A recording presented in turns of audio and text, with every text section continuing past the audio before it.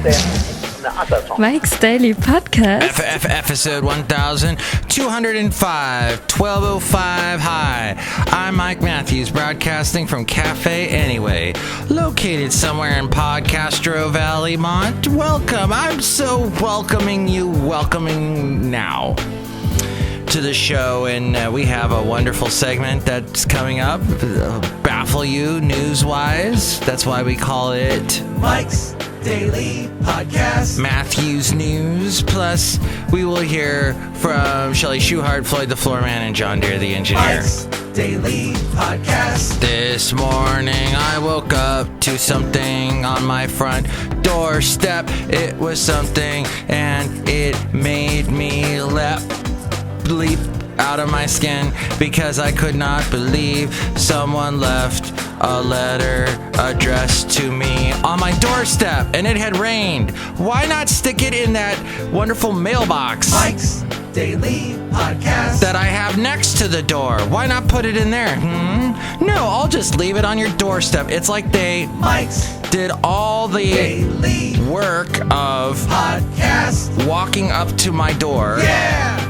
Because it was a mis-sent letter. Apparently, the mailman was on the reefer or weefa, and he walked up. He put the wrong letter, my letter that was supposed to go to me, in my neighbor's box. Whichever neighbor that was. I have no idea who that was.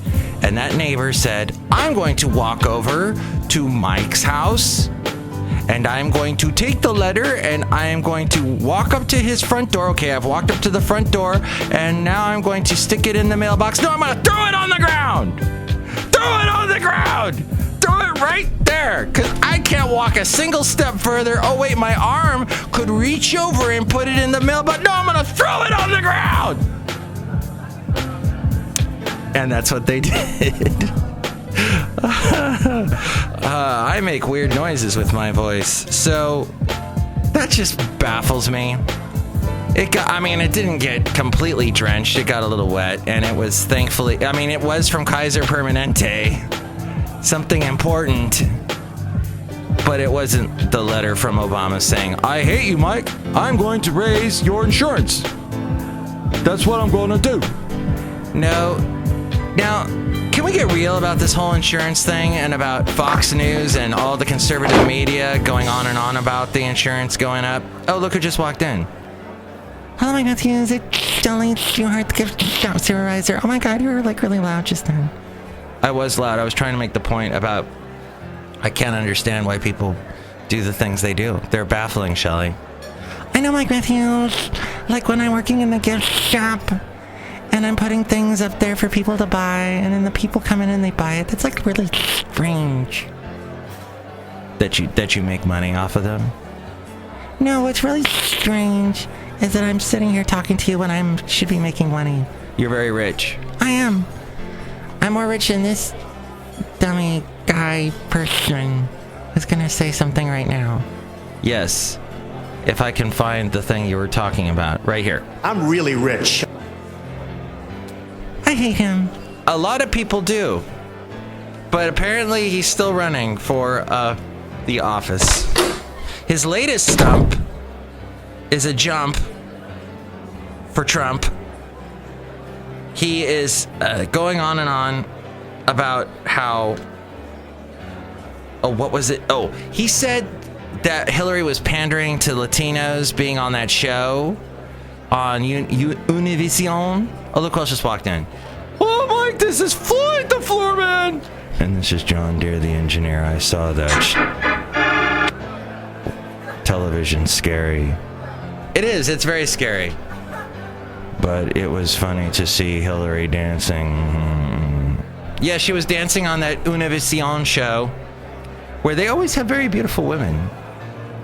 I remember they used to have that show on Univision on in the background at my job that I worked at over 15 years ago. And I think Sofia Vertigo was on that show back then. And I would be like, whoa! That's what I would say. And that, as I quote. So, Trump using the Russian supplied emails about about Hillary. Russia stole Hillary's emails, stole letters from the DNC, gave it to Julian Assange, and Trump has been using that up and down wherever he goes. And then he jumped over to talk about the Obamacare. And let's get real about Obamacare. Let's get real about insurance. And let me just say this. People have collective amnesia. Specifically, Republicans have collective amnesia about what the world was like before Obamacare. They make it out to be, as they typically do, make it out to be this 1950s rosy view of women in their dresses with their aprons on, cooking the men dinner that just come home and they're wearing the hat. How was your day, honey? Oh, it was a bear, babe. Make me a martini, babe. They want to go back to that world where everyone was a Christian. And so Trump wants to go back to that world of insurance. Oh, it was so rosy. Let's look back, shall we? Let's go back in time to 2000 and...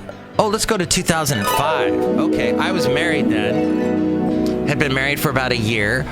Insurance denied my wife. The insurance companies were denying my wife insurance because of some little thing, right? It's some little health thing, whatever little health thing you had. You got denied. And here's today's podcast picture. It's not a rosy picture, my friend. That podcast picture from 2005 in the insurance world. Obama put in some rules and said, hey, no. This no, this no, this no.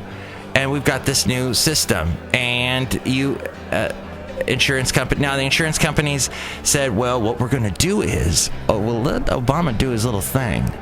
But then we're going to kick up the insurance like every year until everybody hates him.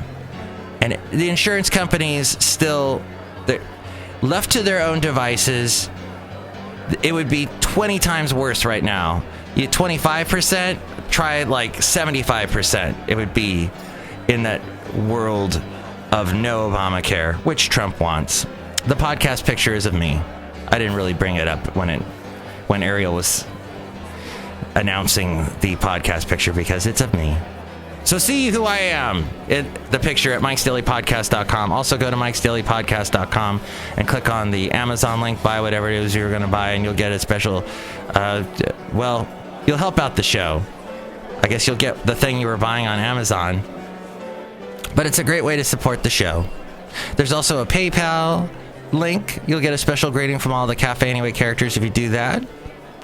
You'll also find out all the places you can listen to this show. We're on a new platform called podcast.com. So we're on that now, as well as several other places and all the social media places you can find us. And of course, you can comment on the show and email the show at mikesdailypodcast@gmail.com or comment in on any of the social media places that we are. Oh my God! Email for mail and your and not so comments. And that's the segment where we read your comments and your emails. And there's also all the past interviews and whatnot, all there at mikesdailypodcast.com.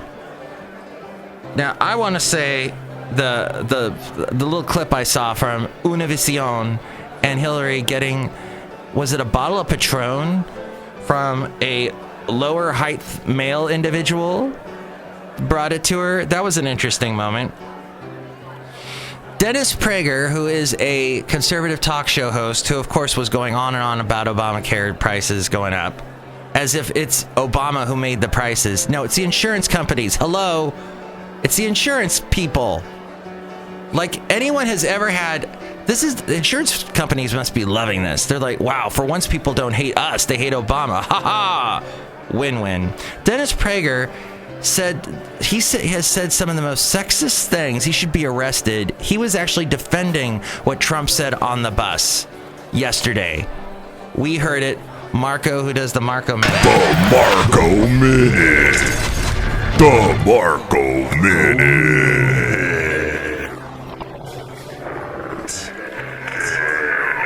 And I heard it as well. We were like, what? He was actually defending it. And that is how low the Trump supporter has had to go. That's the limbo. Remember the limbo game?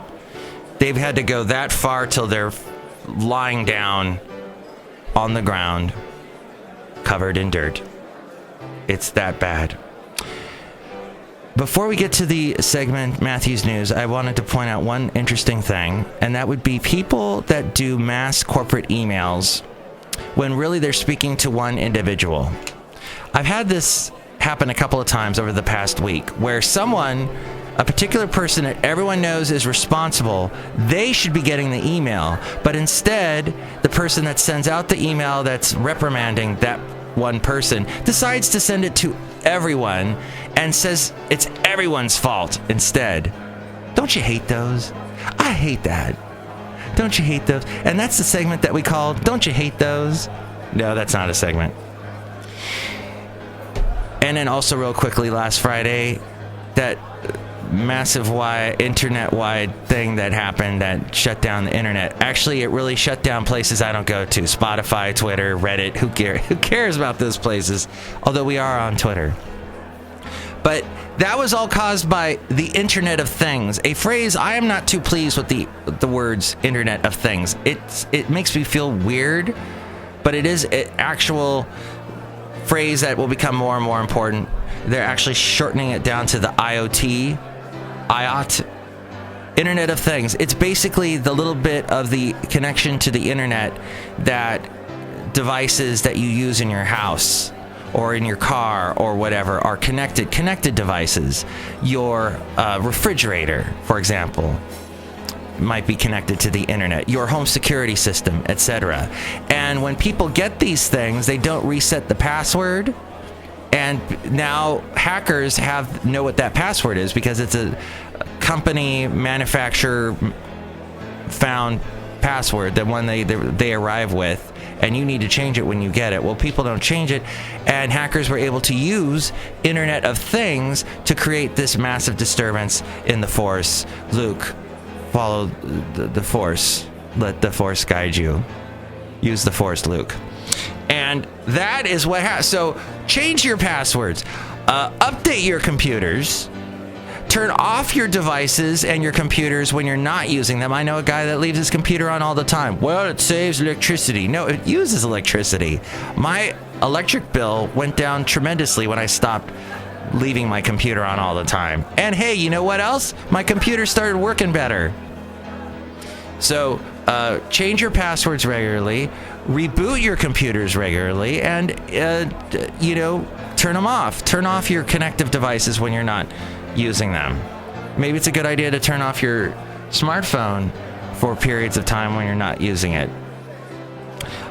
Oh my gosh, I had one more thing. Sorry. And this segment's called One More Thing. Sound effects there, and my voice changed to make it sound like a... Nope, we don't have that. All right, well, just real quick, I had lunch with a friend of mine yesterday, and he was going on and on about how excited he was to go see Green Day in concert. And here's the thing, Green Day in concert costs $100 a ticket. And to me, I love Green Day, but no. And they were going to play somewhere locally in Oakland. It's at the Oracle Arena. $100 a ticket for a band that started in Oakland, started in Berkeley. Why? It makes no sense to me to have to pay that much to go see a band. But he was all excited, and he had to wait online for 5 hours to do it and whatnot. Just pointless to me. Use that money for something more important. Oh my gosh. It's time for the segment that we call Matthew's News. Matthew's News. The Pentagon, with this whole National Guard thing, demanding $10,000 back that they gave to people that went on a tour of duty and risked their lives. That's ridiculous. It's as bad as the Pentagon charging what they spent like $7,000 for one screwdriver back in the day. That was the big story about the waste and the stupid things that the Pentagon does. But Congress has cracked down on the Pentagon to, cut out debts and expenses. And apparently this was an expense that they had given out money they say they were not supposed to. And these National Guard, these people that worked hard for the Pentagon, put their lives on the line, have to return this the $10,000 or more, with interest sometimes. This is absolutely deplorable, a basket of deplorables, and both parties are completely unhinged about this. So the Pentagon needs to get it together. And also, apparently, this having to do with the Congress, the Republican Party's 2-year run in the majority of the U.S. Senate is at serious risk and may well end a week from this Tuesday. That's when you need to go vote, by November 8th. Senior congressional aides said this yesterday, blaming Donald Trump as a drag on down-ballot Republican candidates. With 13 days to go before, that's 12 now, isn't it? Before the election, several Senate aides from both parties privately warned of trouble for Republicans, this according to MSN.com. Things are not good. The Senate is gone, said one Republican aide who asked not to be identified because that's some pretty strong stuff to say, and other Republicans would get mad. In order to candidly discuss the turbulent outlook for the 2016 campaign, this aide said, citing polls, he said the Republicans could lose Senate seats in 6 battleground states: Pennsylvania, Illinois, Wisconsin, New Hampshire, North Carolina, and Missouri. Republicans now hold 54 of the Senate's 100 seats. They have the majority of the Senate and the House of Representatives.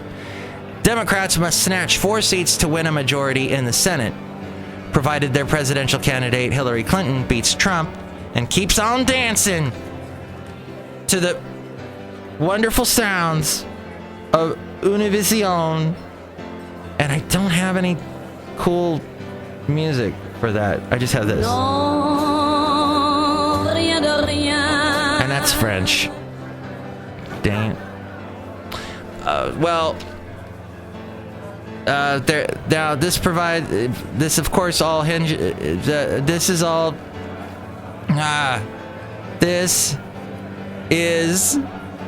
all depending on, there we go.